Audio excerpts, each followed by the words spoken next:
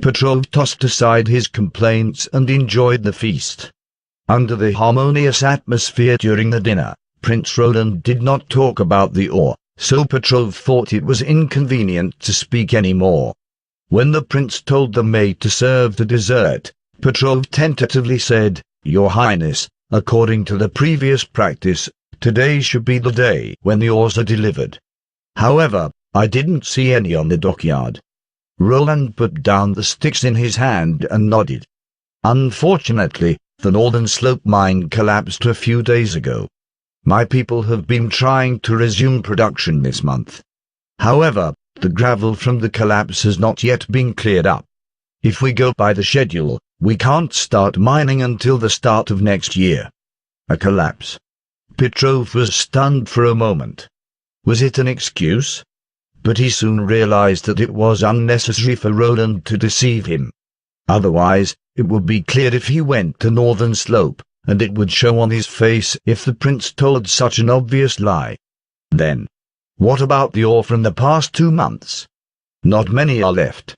According to the normal practice, there aren't enough to support the livelihood of my subjects. Roland emphasized the words according to the normal practice. He continued, "Mr. Ambassador, you remember the months of demons 2 years ago, don't you?" Of course Petrov remembered that. The cold lasted 4 months, and nearly 1/5 of the people in border towns starved to death due to the greed of Municipal Administrative Governor Reynolds. There was also opposition brewing among the nobles. Some even demanded Reynolds to be penalized. But this incident finally resulted in 0 consequences for him, simply for the fact that he was the husband of the Duke's second daughter. Now that the prince brought up this issue, Petrov had a bad feeling. "It's worse," said Roland with a sigh. "I'm afraid we only have enough for 2 months if we trade wheat the way we used to. My people can't survive winter with so little food. The ways of the past must be abolished." Petrov opened his mouth, but did not know how to refute the prince's words. He wasn't a professional diplomat, and hearing such good reason, he had no choice but to pause. "Your Highness, I'm sorry about this. The tragedy will never happen. I'll persuade the 6 big families to lend you food for a month. Your people can return them next year when the production is resumed. If I sold the ore to Willow Town, I won't need to repay the food so slowly." "But—" "There's no but," Roland interrupted. "They're willing to buy ore with gold joyals and sell their wheat, cheese, bread, and honey at market prices. They can sell anything that can be bought with gold joyals. Not to mention, Mr. Ambassador, even if you're willing to lend us 1 month's worth of food, would the other 5 families agree with your decision? As far as I know, it's not easy to reach an agreement with Duke Ryan." Petrov fell into silence. Prince Roland was right. He was not confident in persuading his father, least of all the other 5 big families. To maintain their monopoly, they must change the trading scheme. But he simply had no right to give the final word. He held the title of an ambassador, but he was nothing more than a mouthpiece in reality.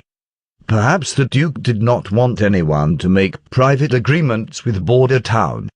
The current agreement withstood, whether it was with the former lord or with Prince Roland. That was why the Duke assigned different candidates every season, and they were never the ones in charge of their families. Regardless of the outcome, he had to give it a try. With such resolution, Petrov showed the last of his cards. 30%. He stretched out 3 fingers. The stronghold will buy the ore and gemstones at a price 30% lower than the market price. I think our offer should be higher than that of Willow Town, Your Highness. Roland threw up his hands and said, "The old question remains. Can you make that decision for the 6 families?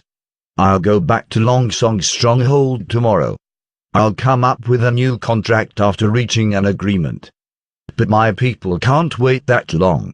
You should know that it often takes forever for nobles to reach an agreement. Your Highness, working with Longsong's stronghold is the better choice for you and your people. Willow Town is too far away, and even though you could go there during the months of demons, Petrov said and felt his throat became dry, the journey is dangerous. Good God. What am I doing? His heart was pounding. Am I threatening a prince?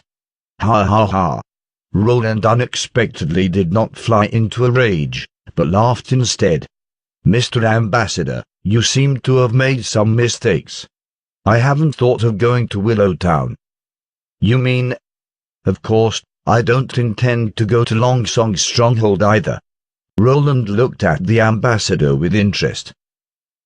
I'm not going anywhere. For a moment, Petrov suspected that he misheard the prince. Fortunately, the prince broke the silence and explained himself. I'm staying in Border Town this winter. Border Town will become the new border of the Kingdom of Greycastle. Don't be surprised, my friend, this is not me saying nonsense. I'll take you to the new wall at the foot of North Slope Mountain for a visit. City wall? Yes, the city wall is a stone wall of about 4 meters high and 2 meters wide, connecting Northern Slope and the Redwater River. With the wall, we can fight off the demonic beasts in Border Town. Petrov felt his brain was not working. The former ambassador had not mentioned any city wall. Back then, the Lord of Border Town was from Longsong's stronghold. How could he send the limited manpower he had to build the wall? In other words, did Prince Roland begin building the walls as soon as he arrived? Even so, it had been only 3 months.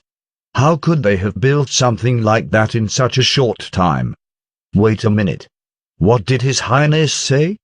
Is it about 4 meters high and 2 meters wide, connecting Northern Slope and the Redwater River? Petrov calculated in his mind. It would take years to build such a wall. Firstly, he did not have enough masons to cut and grind the stones.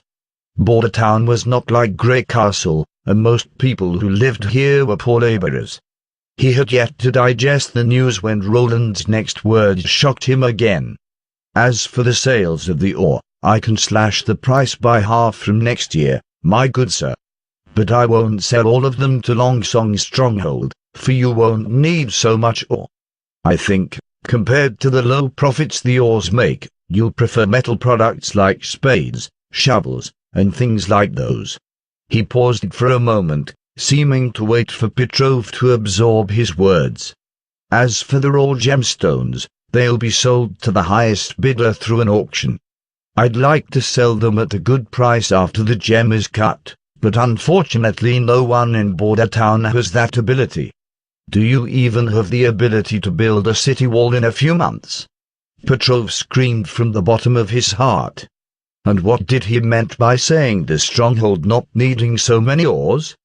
Besides, it already took a whole year for them to produce 1,000 gold royals.